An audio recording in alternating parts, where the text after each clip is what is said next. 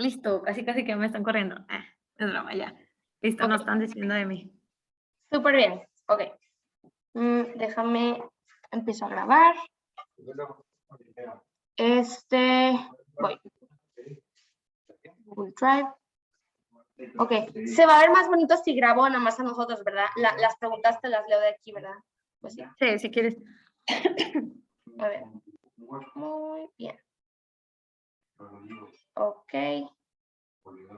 Y aquí está. Ok. Ok, listo. Ok.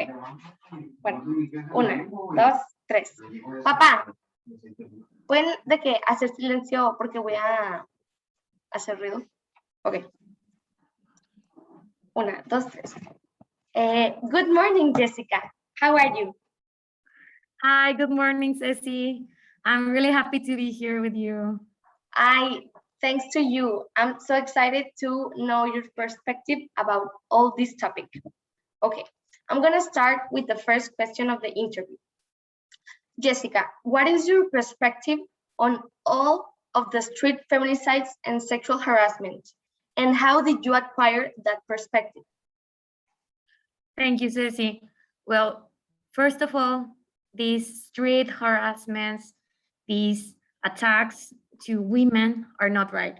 I mean, I think this comes from our Mexican culture, from our Catholic culture, and everything that's been like, I mean, these social constructions that have been going on ever since humanity started, right? So even if we analyze history, we've seen like this constant fight for women's rights, right? So now we hear it more because only recently women have started raising their voices even more and shouting louder, and that's how we've been noticed, you know. But I think, I mean, these feminicides and these sexual harassments have been going always, and they're not right. So I mean, the perspective, I think, here in Mexico, and actually in my family as well, it's kind of macho culture, you know, where everyone thinks, and they don't say it that way, but everyone thinks that men should do should do more things than women because they're more capable of, or they're more intelligent, or they're stronger. So um, the way that people, probably my family, see the street harassment, it's that it's always the fault of the women, and it's not. Come on, I mean, It's not. It's never. it's not. And I mean, in my life there have been plenty of comments that I don't like, and that's how I start opening my eyes. Like simple comments like, oh yeah, you're a woman, you're allowed to cry, or you're a woman, yeah, you can do that, or why are you dressed like that? Like even my mom, you can go out dressing like that because men will look at you and it's not good, and what will society think about you? And it's just, why can I dress however I want? Why should I protect myself from others when others should just respect everyone's like decisions to, I mean, to do whatever they want? And I mean, I think the worst part is that you stop doing it. I mean, you don't dress the way you would like to. You don't go out and walk in the streets alone because you're afraid. So, I mean, my perspective is this is horrifying. This is scary, and it's scary to be a woman sometimes. And I mean, sometimes we don't even have the same um, rights as men, and not because they're not like written in a law, but because really we can't have the same rights because we don't feel secure. So I think, I mean, it's just not okay. Horrible. I completely agree with everything you said. Thank you. That was a very, very good answer. Okay, we're gonna continue with the next question, and it is, which aspects of your cultural identity can you relate to this issue?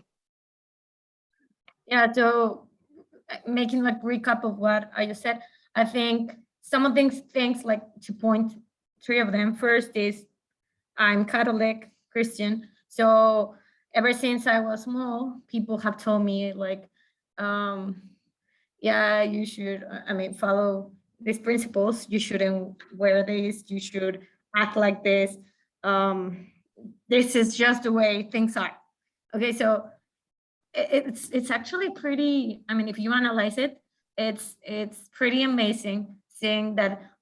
I mean, just men can be priests. Like going to that point. I mean, why women can be priests? I don't know. I mean, I think there have been many things in my life. One of them have been this Catholic Christian religion in my family. The second one will be my grandfather was really macho, let's say. Um, I mean, he loved me and he loved all his daughters, but not all his daughters had the same opportunities as the men in his family. So that was another thing. And third, my dad has given us a lot of opportunities because he has only daughters. So that was a good thing. And that has changed my point of view of things. I mean, I saw other families where there were like boys and girls, like sons and daughters, and I saw how daughters didn't have the same opportunities as their sons. And I was like, why not? I have always had the same opportunities as any man, because my dad has always said, you can do it. I mean, you can do it better than anyone, no matter if it's no matter gender or ethnicity or whatever. I mean, it's you're capable of doing things. And that's a positive thing that has, I mean, influenced this perspective in me in my life. That is super interesting. Like the fact that you could compare and contrast your family situation with your parents' family situation. That is a huge like advantage that gives you these two point of views and like reassures you that your situation is the just one, you know? I really like that. Okay. We're gonna continue with the next question.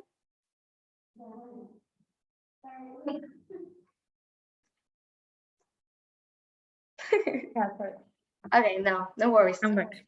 Okay. The third question is, what is the impact of this street harassment, street femicide, the scariness of being in the street has affected on your personal life? First of all, I never ever go out on my own to walk around. And that's a really big pain for me because I love walking around. I love being alone, like just being with myself and thinking and listening to music. And that's a thing I can do in Mexico. And that's a thing I hate. Another thing is I can go to clubs, I can go to bars, I can't even go to restaurants. I mean, because I can't take an Uber back home. I can even take an Uber like in the daylight, in planet daylight, because I'm afraid that someone will do something to me. And it's like feeling in a horror movie, you know, like you're always like when you watch a horror movie, in the night, you're just like, okay, someone's behind me, and oh my God, there's gonna be a monster behind the door or in my closet.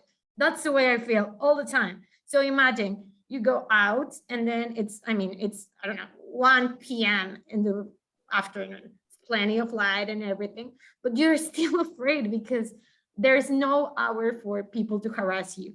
I mean, the night probably it's better for them because no one sees them, but in the daylight they still do it anyway. So that has really, it has an impact in every woman's life. You're always scared, you're always alert, and that's no way of living. I mean, and I think like a problem in our lives, it's we have always known like this feeling of you need to take care of yourself, you don't ever be alone and everything, and you start normalizing it. So it gets to a point that you don't even see it as a pain. I mean, just daily life, you know. So this is not okay, and it's a really good thing that we're starting to think about it and raising our voice and say, hey, this is not right, and it has never been right. Just we're just I mean, we're just talking about it. So that's it. Exactly. Like we all women, all girls, all older women, like live with this irrational fear. Like almost it feels like paranoia. Like everything is like against you, and you have like this fear every time you get out of your house, like to your driveway. It is insane. And as you said, like is finally we are talking about this, we're opening these conversations because it literally affects the daily life of every single woman. It's insane. Yeah, Okay, totally. well, the next question will be, what are the beliefs about this issue in your peer group, your family, and your community? Well, first of all, in my family, I think I just gave a little context, but I mean, if we see it like from my grandparents, they're really conservative. So I come from this small town in the north of Mexico that we used to say like people in the north are more conservative than people in the south of Mexico. So my family is pretty conservative, but I think, well, my grandparents, I mean, you can't change their mind. I mean, that's the way they've been believing all their lives. Like, women should be in their homes, women should do food, women should clean everything, and that's the role of women from their perspective, right? But even though my parents were raised by my grandparents, I think they've been changing their mindset and the way they think about these subject. Because first of all, I mean, they got 4 daughters, so they need to start thinking about us. And second of all, well, they saw that not because something or a perspective or some mindset was imposed to you when you're small doesn't mean it's right. So they start questioning what things they learn from their parents, right? So I think my dad is really supportive, and he says he's a feminist. um he actually is always trying to say to me like, Jessica, no matter what, never let someone um tell you you're not capable or doing things, or that you're less than anyone else. I mean, no matter if they're men or women. um and that's really supportive for me, and that has been a really important thing in my life. And then my mom, I mean, she's supportive as well, but she doesn't consider herself feminist. Maybe because I think she actually doesn't understand the term. And I think a problem also is that many people don't try to understand it, right? So they just see like they have these marches and these like revolutionary style of doing things that I think it's the way to do it. I want to be heard. And they just think like related directly to something negative. So that's the thing that's going on with my mom, but she is supportive for equal rights. And then in my friends, I think they're supportive as well. I try to get around people who actually we share like perspectives and think in principles and the important things in life. So I've been like reducing my group of friends to a couple of friends that I know are like really important friends, and that they will stay in my life forever. And but I still have people that I don't call friends anymore, that their perspective of women and these people specifically are still in, in Ciudad Obregón. That's where I am from, and they think that women shouldn't have the same rights just because they think we can do things as good as them. But well, That's another thing. And with my peers, I think I'm in a really good place I'm working on. They respect women. They're trying to, I mean, they're trying to transform the way they chose people for the positions. And I think an issue is sometimes, even when you're still, I mean, sometimes people um, confuse the term feminism and I mean, I'm going to put example. I mean, if there is a position for 5 people and they say, okay, we want to be a more feminist company, so we will just hire 5 women. I mean, that's not feminism. I mean, feminism is giving the same opportunities to both men and women. And so if you're going to evaluate someone for a position, then you should not evaluate their gender, but their capabilities, and leave gender like just information. I mean, just information. It's not a variable to take a decision.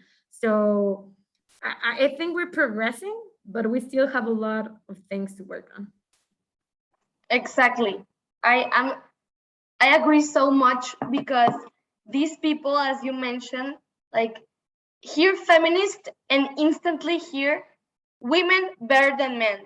And that's why many people hate that term and say, like, no, it's like the same, it's not equal. And yeah, like, that attitude of putting women in a pedestal and men are trash is also wrong, because that is also gender hate. Like, the real goal and the genuine goal of feminism is equality. That's it. And yeah, it can be a little frustrating when people misunderstand these concepts and, more than anything, judge, like, is frustrating. And okay, continuing with all of these aspects that you're mentioning, how do you think that these groups, like some of your family, maybe your mom, like the people that don't understand this issue that much, how do you think they acquire these beliefs? Yeah, I think they acquire it from what they listen around, from what their parents have told them is right, to all these social constructions we've been talking about, like things we think they're right just because everyone thinks it's right. So that's just the way it is. I mean, I ran away from my hometown because I didn't agree.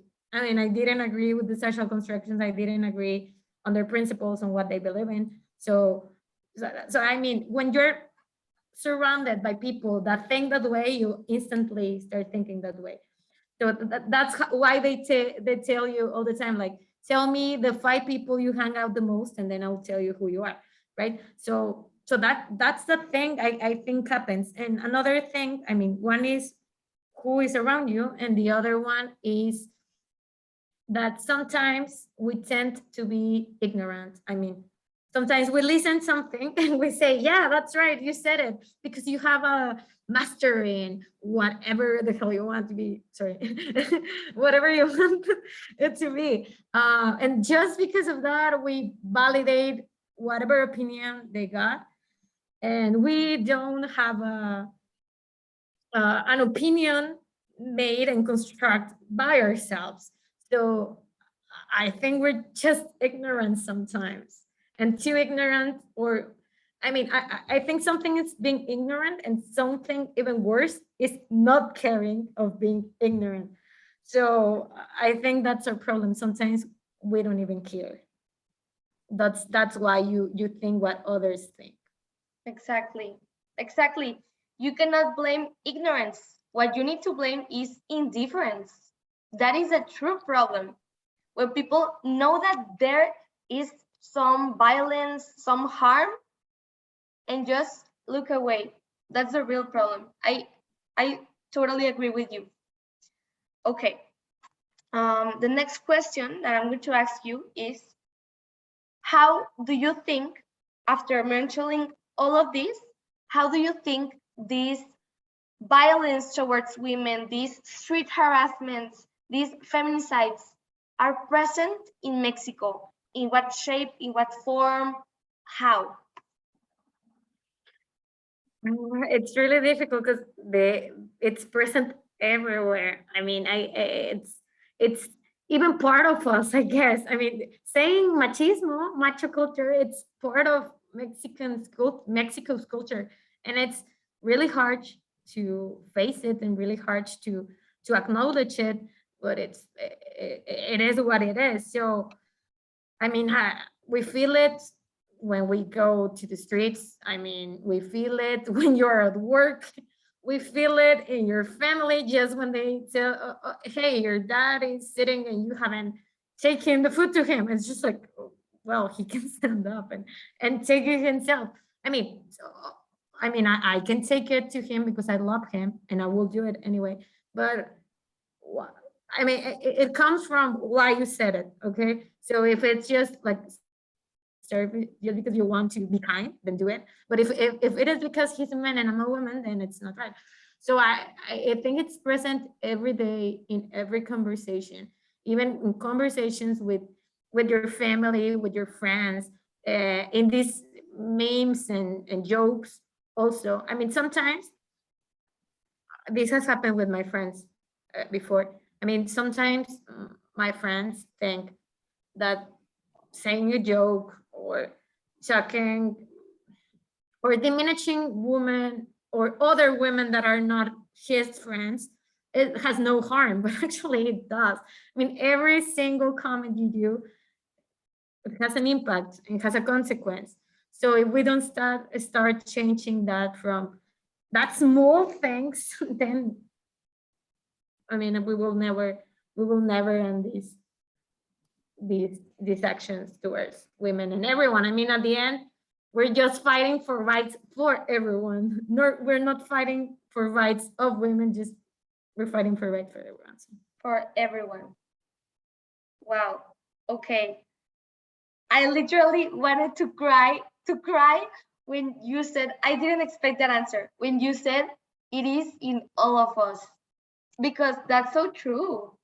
Like literally in every thought, in every joke, in every comment, in every criticism, like there is machismo and there is misogyny and there is hate towards women, even from women, even from you and from me subconsciously is systemic, it is cultural, like it is everywhere.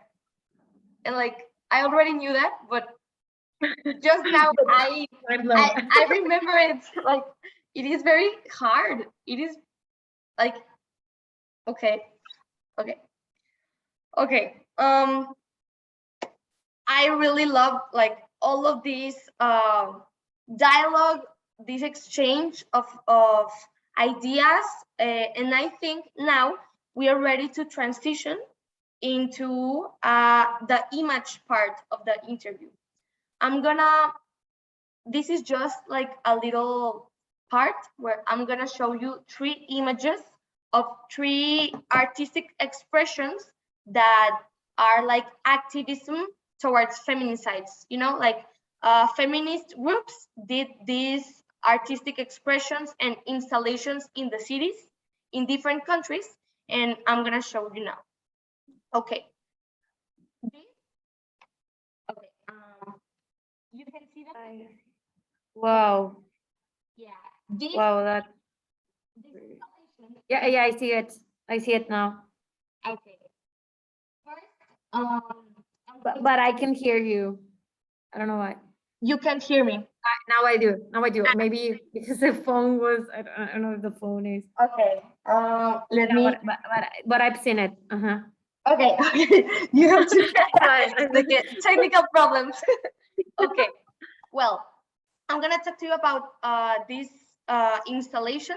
It is called Los Zapatos Rojos. It was from a Mexican woman artist that has done many art pieces in the world, but she really like hurts in her heart all of the feminicides that women live in Mexico every day, like 12 women every day are killed. So in 2009, in the Zócalo, she did this installation and helped like 1,000 women or more than 1,000 women to paint a pair of heels red. And each one of those women placed those heels in honor of one woman that left and that couldn't say her truth. So after I have said you this, like what feelings wake up in you? What do you think about this installation? What would you like add, or what you will not do? Tell me what you think. Wow, I got chills all over my body even before. And when you show it the picture, and now that you explain to me how this expression, this art has been made, it's just amazing. I mean, first of all, I'm just amazed of these of what they did. It's just amazing. First of all, because this art was just beautiful, and the next one is that it's so scary. I mean, imagine all the we can even imagine how many women along history have been, I mean, how many lives of women have been taken just because they're women, so just because they think we're less, just because they think we're disposable, just because they think we don't matter, so it's really hard to see this picture because I think it's the way you transmit and you make people realize what it's actually happening, because sometimes we see numbers and you say, whoa, 1,000 women, whoa, 1 million women, whoa, well, just a number. But when you see the shoes, the empty shoes, and they represent every woman, and not every woman, just just some of the women that have been killed or are gone just because they're women. It's so hard. It's just hard. And it's scary again, so I think it's beautiful, but it's so scary at the same time. Okay, I want to cry. Me too.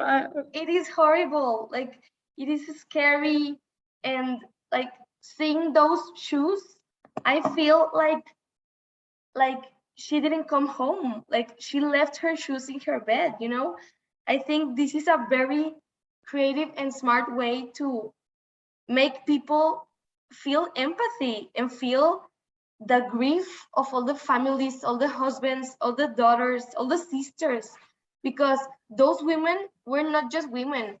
She was a friend, she was a mother, she was a teacher, like she had a life, a complete life, and she disappeared.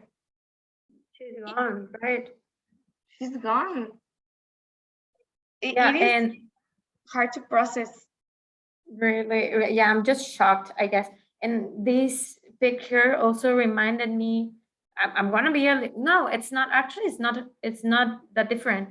It reminded me to the Holocaust. I don't know if you have ever been to a museum of the Holocaust, and then they put shoes of these people that been killed in the Holocaust, of these shoes, and it's so hard to see the shoes. I mean, it's no different. It's different situation, but they're killing them as well, and they're killing them because we're women. So in Holocaust they killed them because they were Jews. Now they're killing us because we're women. So it's really, really hard to process it. Totally. Okay. But she did a great job. I mean, that's the way we should communicate things through art. Through art, it's the way we move people, and we make them feel. It's a language that you don't need to learn. Like you just see it and connect it your own way. It's very special. very special. And I think art needs like more hype in all the world and the government and the system, like art. Okay, I'm gonna show you the second cultural expression. This is now from United States, and it is called, okay, let it, yeah. These are a group of women here, just two, but it's like a big clan. I see the picture, but I can't listen to you. I don't know why. Okay, you can hear me now? Yeah, I do. Okay, it is because I'm like this. Oh, Okay. maybe. Okay, this picture, well, this manifestation that is another kind of art, it's like performance. It is called guerrilla girls. They all just dress black and put gorilla masks, and their statement is because gorillas are known to be like violent and like very empowered and strong, and no one messes up with gorillas, you know, because a gorilla is huge. So like their argument is that let's fight back. If we cannot fight back as a woman, as gorillas, you know, like it's like a metaphor that like we are just tired of all this oppression, of all these misogynistic behaviors, of all this violence. So these women literally put on a mask and stay there. Like they are just costume gorillas all day, all night, every party. Like it is like a performance that lasts. It's like a statement in their daily lives where they say, you know what, we're not hurt. Let me have my crew. Let me do my own manada, you know. So I think this is a very different approach than the approach we saw earlier, and very interesting, like to develop and to say your opinion. So I want to know what you think about this kind of activism. I think it's pretty interesting because, like, if we compare the last one to this one, here we are declaring a statement, a revolutionary statement, and saying we're not like crossing our arms and just sitting around waiting for someone to do something for us, for someone to protect us, because we've tried this every time and it has not, but well, we have not been successful in any way. So it's just the way we're protesting and saying we're done, and we're doing it for ourselves, and we're doing it ourselves, and we're stronger together. So that's what I interpret from how they're dressing, and and also it's really interesting that you mentioned about the gorillas, because that's what they are expressing, like we're strong enough to protect ourselves and we don't need your help anymore, because if you don't do it, we're doing it, and we're not letting this pass this time anymore, not now, not ever. So I mean, I love it. Yeah, yeah, I agree. I think it's like the phase two, you know, like of this process. Like first, like it's like a storytelling. Like first, you put the problem, you put the consequence, you put like the victims, like what you're gonna do. Like this happened because of you and because of everyone here.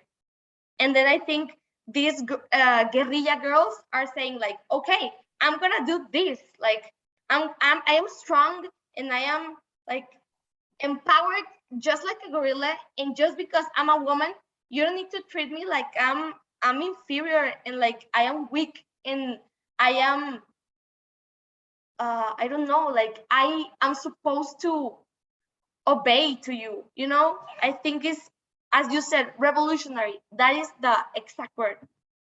I love it. And then we already see an installation, we already see a performance, and now I'm going to show you a mural that is very popular, very, very popular in the streets of Madrid, España. So let it enfocar. Here it is. So watch it a minute. There are many figures. It is all like purple tones. Maybe it is difficult to see, but it is all purple tones. And it is actually very, I don't know, controversial in right now. And many people like it. Many people don't like it. But it is, I think, in my perspective, like a way to empower these women. Like, okay, there are women that don't have another choice and need to move throughout the street, and these feminist painters say like, okay, maybe I cannot protect every one of you, but I can empower you and I can make you feel like with company, like understood when you walk through this wall. It is maybe symbolic, but it really helps some of these women that, like, yes or yes, need to walk alone and need to struggle with this problem every single day because they don't have the privilege to own a car, to drive an Uber, whatever. So what do you think, what do you feel about this? First of all, I think this was a beautiful mural, really significant mural because it had people who had fight for our rights even before, I guess, even before there was people who supported them, and even before there was all these movements and all these people united. So there's like that's a mural of really strong women who have fight for us even before we acknowledge the term of feminism, right? So I think it's just beautiful, and this mural reminded me that I think recently, I don't know if it's recently, but I saw it in the news that someone painted the faces black. So this means that it had an impact on everyone. So I mean, they painted it black. It means we moved someone and that they were angry. They don't think the same, but that's a good thing because they're noticing us and they're seeing that we're doing things. So maybe we can say like, okay, it was horrible that they painted. Yeah, but we're making a change. We're making an impact, and they're listening to us. So I think it was just great. I think it had the impact that it wanted it to have. So I love this mural, and I think it will stay for through history as the mural. Totally. One of. Totally. And that is so true. Like when they respond negatively, it's because it worked. It's because it the blazer fitted, like they felt it. They were like, oh. exactly, like what I do next? Exactly. Yeah, I really like, I don't know about you, that like there is so much creativity in activism. Like, I don't know if you heard, I think of course you heard about the very popular Un Violador en Tu Camino, the song that were in Chile, in France, in Mexico City, in Monterrey, and that is another way of portraying all of this pain and this injustice and this suffering in song. Others do it through sculpture, others do it like performance, like the Guerrilla Girls. So I really love that the feminism is also very creative, and it's not just doing it in one way, it is doing it in every single way that it possibly can. So everyone notices it, and everyone, like, I don't know, questions himself, herself, their self about these things, and like deconstruct all of these concepts that we all learned since we were children. So yeah, I think this kind, as you said, art is a very powerful message that everyone can understand and everyone will understand. It is very, very, very important. Okay, so we're arriving to the final, to the ending of our very, very cool interview. We can do a podcast. And, It would be really nice. and okay, so I want to know, like, together we are going to conclude, like, what things resonated with us, what things we learned today. If you want, I can start. Some things that really resonated with me is one thing you said, that was that this misogynist and this the machismo and all of these really toxic and harmful concepts, really, they're here and in me and you and in him and in everyone, like, and in everything, in every institution, every comment, every meme, every school book, biology book, in every surgery, like, there it is in every single thing that exists.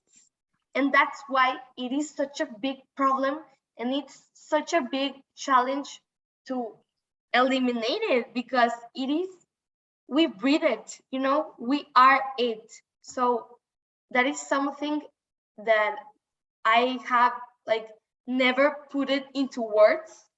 And, like, I will, like, take this sentence and, like, think about it all my week, all my month, all my year, because I think it, like, accepting we have this problem inside ourselves is opening a door towards more questioning and more deconstruction, and by consequence, more feminism, more equality, and more justice. What do you, like, reflected in this conversation? What do you take home? I love what you said, and I think I could synthesize in 2 points what I take from this conversation, this really amazing conversation. And the first one is related to what you were just saying. I think our job and our responsibility as women, as men, as humans, is to make the unconscious conscious. I mean, there's so many things, just like you said, so many things that we just do on the daily basis that we don't even notice. But I mean, some points we're even promoting machismo and we're not realizing it, right? So I think the big challenge in our lives is making that conscious, okay? Like realizing what we're doing and just little by little start making changes.